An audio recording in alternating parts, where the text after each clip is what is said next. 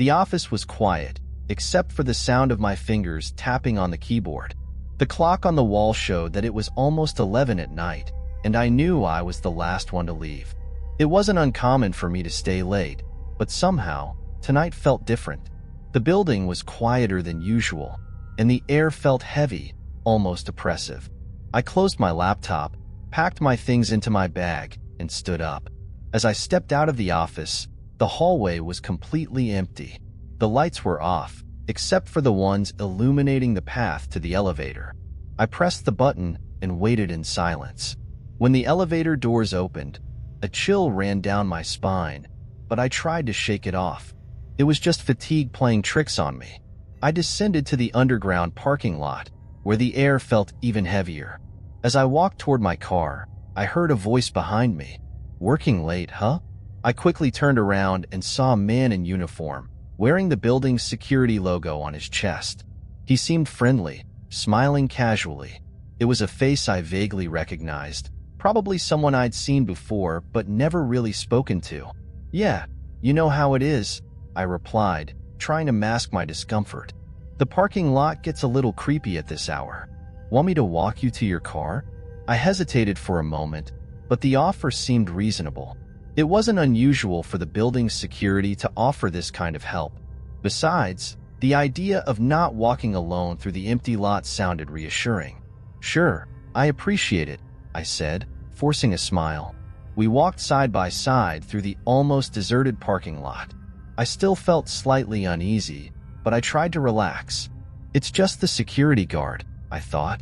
As we walked, the fake security guard kept making small talk, asking about work and whether I often stayed late. At first, the conversation seemed harmless, but something about his tone didn't sit right with me. He was too friendly, too interested. As we got closer to my car, I began to feel a growing tension. That's when I noticed him looking around more frequently than normal, as if he was checking to see if anyone else was nearby. My stomach tightened, and I started feeling uncomfortable in his presence. A sense of alertness settled in me. When we reached my car, I thanked him for the company and quickly reached for my keys in my pocket. But before I could unlock the door, he placed a hand on my shoulder, forcing a smile that now seemed clearly fake. "You know, I think you should leave your bag with me. It's dangerous to carry something valuable this late at night," he said, his tone now completely different, more serious and threatening. My heart raced. What once seemed like a friendly offer from a security guard now sounded like a direct threat. I tried to step back, but he tightened his grip on my shoulder. "You don't want to make this difficult, do you?" His grip on my shoulder tightened, and the sense of danger became palpable. My body reacted before my mind could fully process what was happening. I yanked my shoulder free from his grasp and stepped back, still holding my car keys, but now with trembling legs. "What are you doing?" I asked, trying to keep my voice steady, though I knew the fear was evident on my face. He gave me a twisted smile, an expression that shattered the friendly facade he had maintained until now. There was no more need for pretenses. "Don't make this harder than it needs to be. Just give me the bag and the keys," he said, extending his hand. His posture was now clearly threatening, and the empty parking lot made the situation even more terrifying. There was no one around to hear, no one to help. My mind raced in every direction. The nearest exit seemed too far, and my car was right there, but between me and it stood this man. An imposter, a threat taking advantage of my isolation. He took a step toward me, and without thinking, I did what anyone would do in desperation. I ran. I ran to the other side of the parking lot, hoping he would hesitate, but the sound of his quick footsteps followed almost immediately. The echo of our steps reverberated through the concrete walls, and fear pounded in my ears. My heart was racing, and all I could think about was buying time, finding a way to escape. I dashed between parked cars, my body operating purely on instinct. The fake security guard was right behind me, and I knew I couldn't keep up that pace for long. My lungs burned, and my legs were already starting to give out. That's when I saw an opportunity, a narrow gap between two SUVs that led directly to the exit ramp. I didn't think twice. I dove between the cars, hoping he wouldn't follow me through that tight space. I tried to focus on reaching the ramp, where, with any luck, I could find a way out of the building or, at the very least, a place to hide. But my feet caught on something on the ground, and I fell hard, the impact echoing through the parking lot. My keys flew from my hand, sliding away. The sound of footsteps behind me stopped for a moment, and then the fake security guard appeared, a cruel smile on his face. "I told you not to make trouble," he said, slowly approaching. My body ached, and I could feel blood trickling from a small cut on my arm, but the panic pushed me to keep fighting. I glanced around, searching for anything, something I could use to defend myself.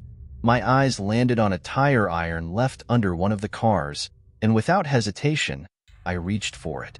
As he came closer, ready to pin me down, I swung the tire iron with all the strength I could muster, hitting his leg. The man let out a cry of pain and fell back, giving me a precious moment to get up and run again. This time, I knew I had to reach my car. With my heart pounding and adrenaline coursing through my veins, I ran toward my car, ignoring the pain in my body. My trembling hands fumbled on the ground, searching for the keys that had fallen during the previous sprint. The fake security guard was still a few meters behind me, but his groans of pain were a reminder that he wouldn't be down for long. Finally, I found the keys. Without wasting any time, I unlocked the car and threw myself inside, locking the door with a loud click that seemed to echo even louder in the empty lot. My eyes stayed fixed on the rearview mirror, waiting for the moment he would get up and come after me again. He moved slowly, still limping and clutching the leg I had hit. His face, once forcing a fake smile, was now twisted in anger and pain. He took a step toward me, staggering but determined. I knew he was still trying to catch me. My entire body was in panic mode, but I had to act fast. I started the engine with trembling hands and shifted into gear, speeding out of the parking lot as fast as I could. The sound of the tires screeching on the concrete echoed, and I felt the car gain speed as I pulled away from him. I looked back one last time and saw the fake security guard standing there, his silhouette growing smaller and smaller in the mirror as I sped up the exit ramp. When I reached the street, the weight of the panic finally began to fade. I was out of danger. The silence inside the car was almost unbearable, but the feeling of relief as I left that parking lot behind was indescribable. As I drove through the deserted city, my mind was still struggling to process what had just happened. The thought that someone had posed as a security guard to try to rob me, maybe even worse, was terrifying. I had always trusted the people who worked in the building, but now that trust was shattered. I knew I wouldn't be able to forget that man's face, and somehow, this would follow me for a long time. I glanced at the rearview mirror again, for no reason at all, just to make sure he wasn't there anymore.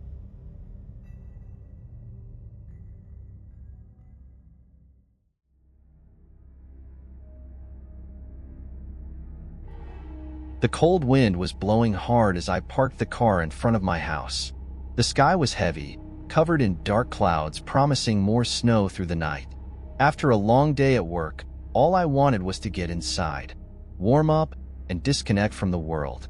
As I stepped out of the car, the sound of my footsteps echoed in the freshly fallen snow, breaking the absolute silence around me. That's when I noticed something strange. There were footprints in the snow. They weren't mine. They were bigger and heavier, leading directly to my front door. I stopped for a moment, trying to make sense of what I was seeing. Who could have been here? I didn't remember expecting anyone, and it was far too cold for a casual visitor. Moreover, the footprints looked fresh, still well-defined in the snow, but there was no sign of a return trail. The person had entered but hadn't left. A chill ran down my spine, but I tried to shake off the unease. Maybe it was a delivery driver, I thought, or someone who knocked and left when no one answered. I decided to stick to my original plan, unlocking the door and stepping inside. Even so, I couldn't stop glancing at those solitary footprints that ended exactly where I stood now. As I closed the door behind me, silence filled the house, except for the muffled sound of the wind outside. Everything looked exactly as I had left it in the morning. I tried to calm my thoughts. I was tired, and it was probably just a coincidence, something easy to explain.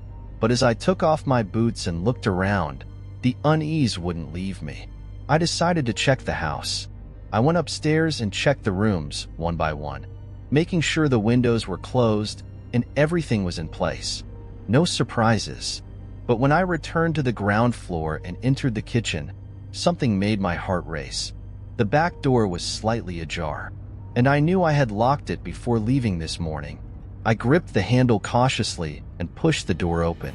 Cold wind rushed into the kitchen as I looked out into the dark.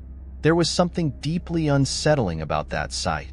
The contrast between the warmth of the house and the empty cold outside. Whatever had happened here, someone had entered. But were they still inside?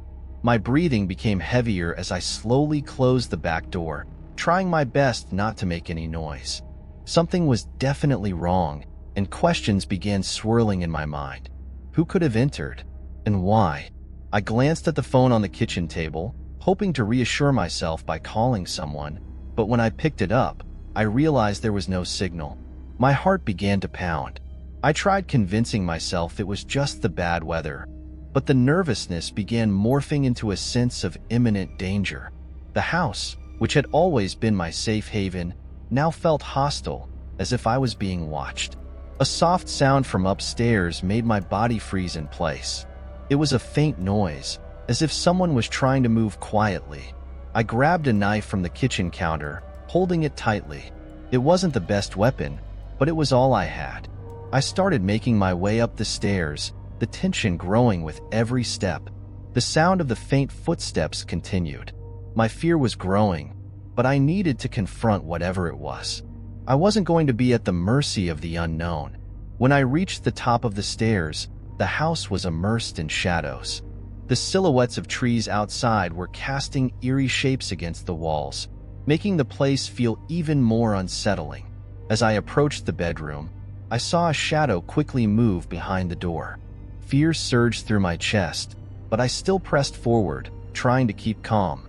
I reached for the light switch, but nothing happened. The bulb wasn't working. My heart pounding in my throat, I heard the sound of heavy footsteps rushing down the stairs. Someone was fleeing from me. I ran after them, but by the time I reached the last step, it was too late.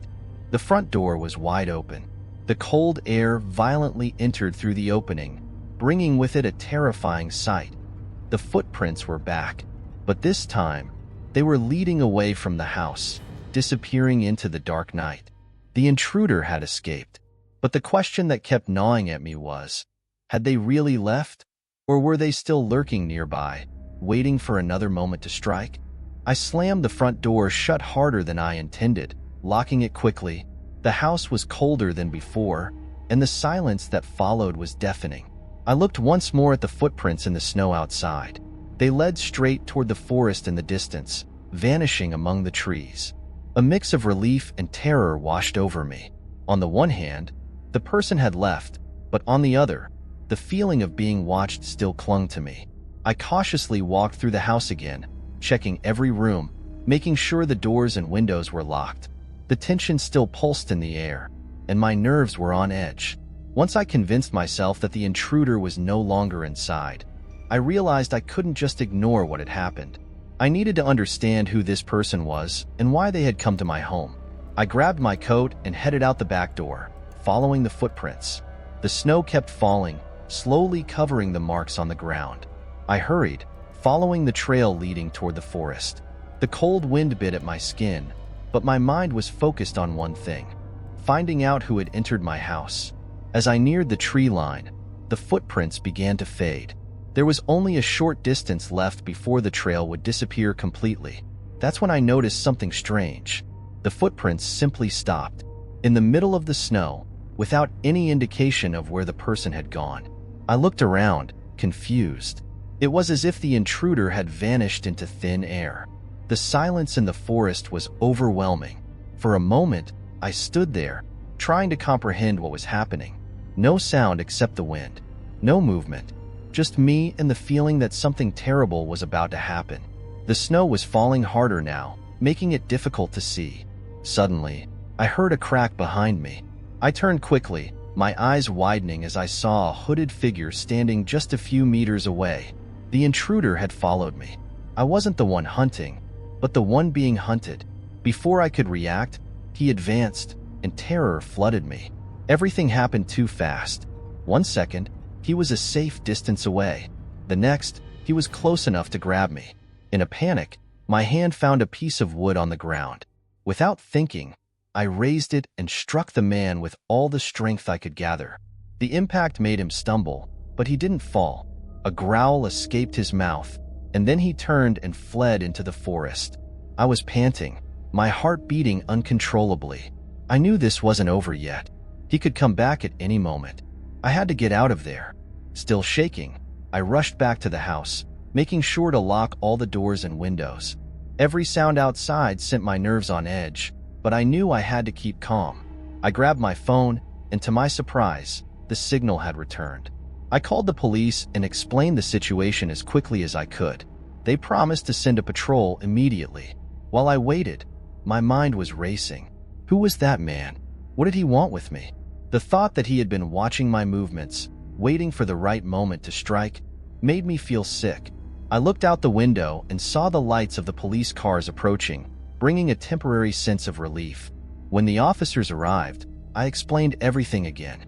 They searched the house and the area around the forest, but, as I had feared, they found nothing except the footprints that disappeared into the snow.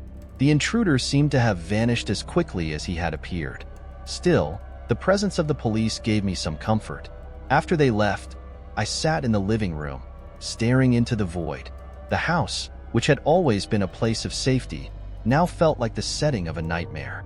I wondered if I would ever feel comfortable there again. The image of those footprints abruptly ending in the snow was still etched in my mind. Where had that man gone? And, more importantly, would he come back? As the hours passed, exhaustion began to take over, but I knew it would be a long night. I closed all the curtains, locked every door once more, and braced myself for whatever came next. A part of me knew the nightmare wasn't really over, but for now, I was safe, or at least I hoped so.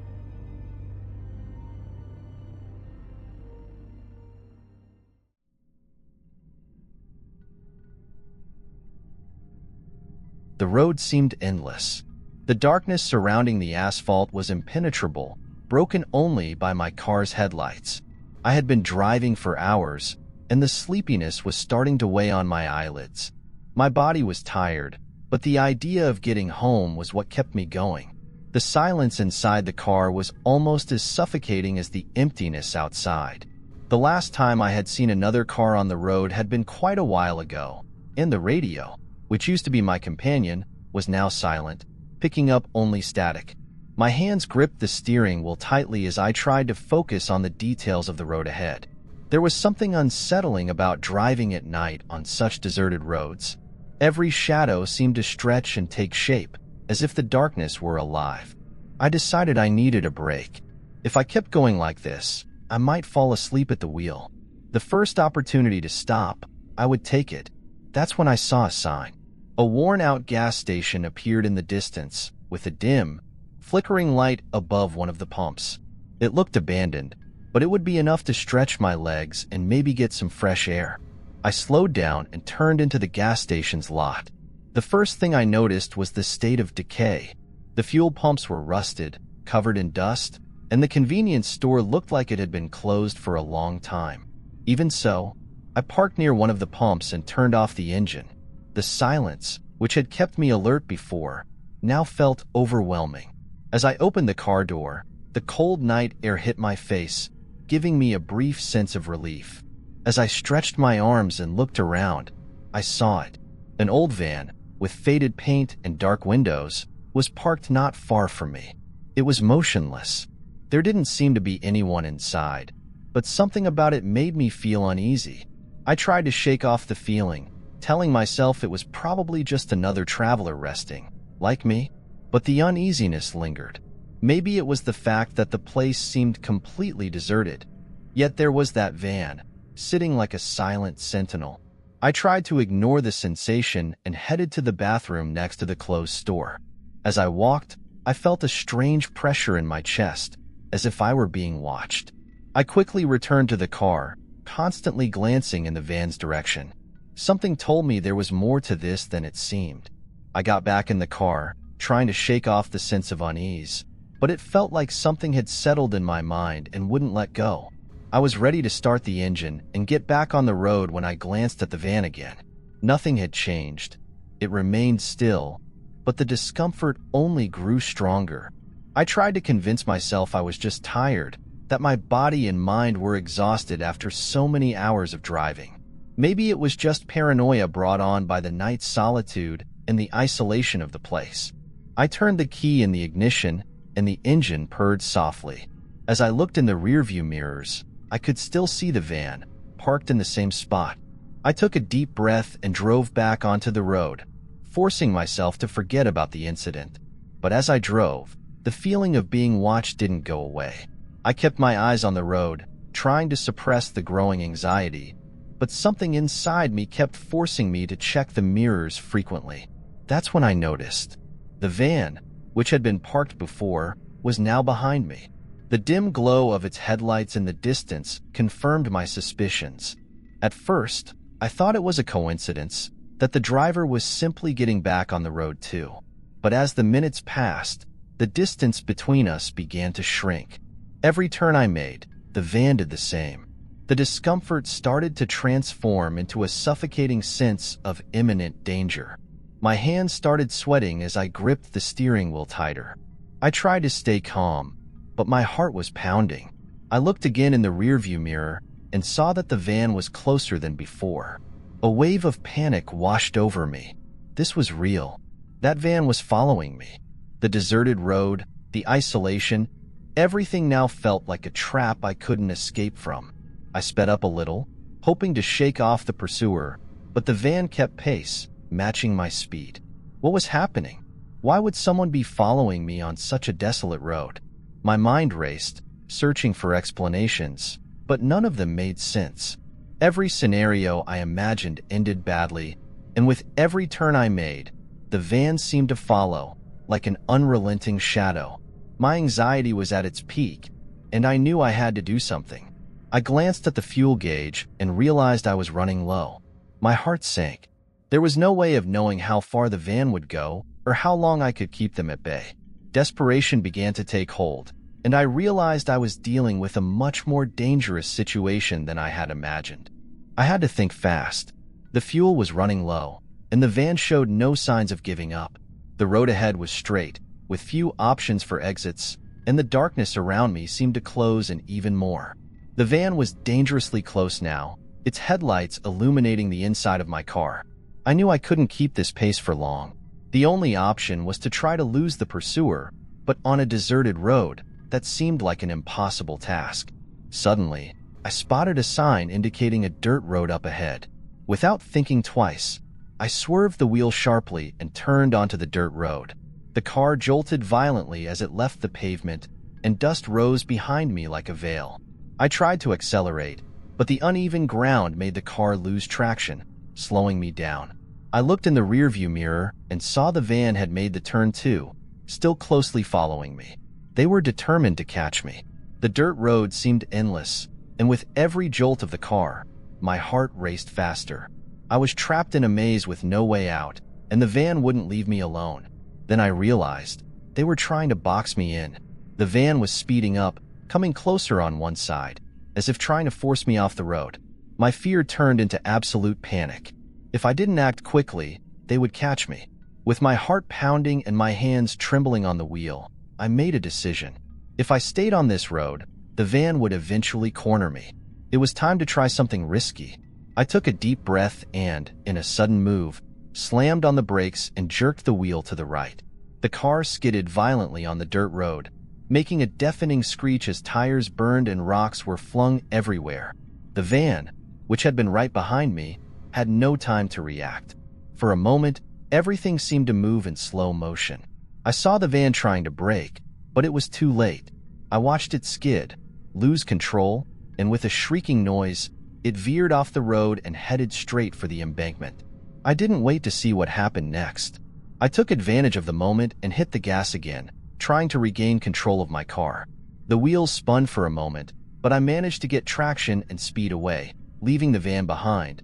But with my heart still racing and a constant sense of danger, I kept driving, still breathing heavily, with sweaty hands gripping the wheel. The sound of rocks under the tires and the engine's hum were the only noises on the road now. The van had disappeared into the embankment, but I couldn't relax. The feeling that something was still wrong wouldn't go away. I looked in the rearview mirror more times than I should have, expecting to see the van's headlights appear at any moment, but there was no one behind me anymore. The dirt road eventually led me back to the main highway. The smooth asphalt beneath the wheels brought me a brief sense of safety, but the fear continued to gnaw at me. The darkness seemed even greater, and every shadow in the trees lining the road made me jump. I knew I wasn't out of danger, even with the van wrecked. The deserted road, the night's solitude, it all reminded me just how vulnerable I was out there. Finally, I saw a small sign of civilization. Lights in the distance, possibly from a nearby town. My body relaxed a little, but I knew that experience would stay with me for a long time. Who were those people in the van? Why had they chased me? None of those questions had answers, but I knew one thing. I would never trust the safety of a deserted road at night again. Hey everyone! If you enjoyed the stories, leave a comment. Your feedback is really important to us. And don't forget to subscribe and turn on notifications. It really helps the channel. Thank you for watching.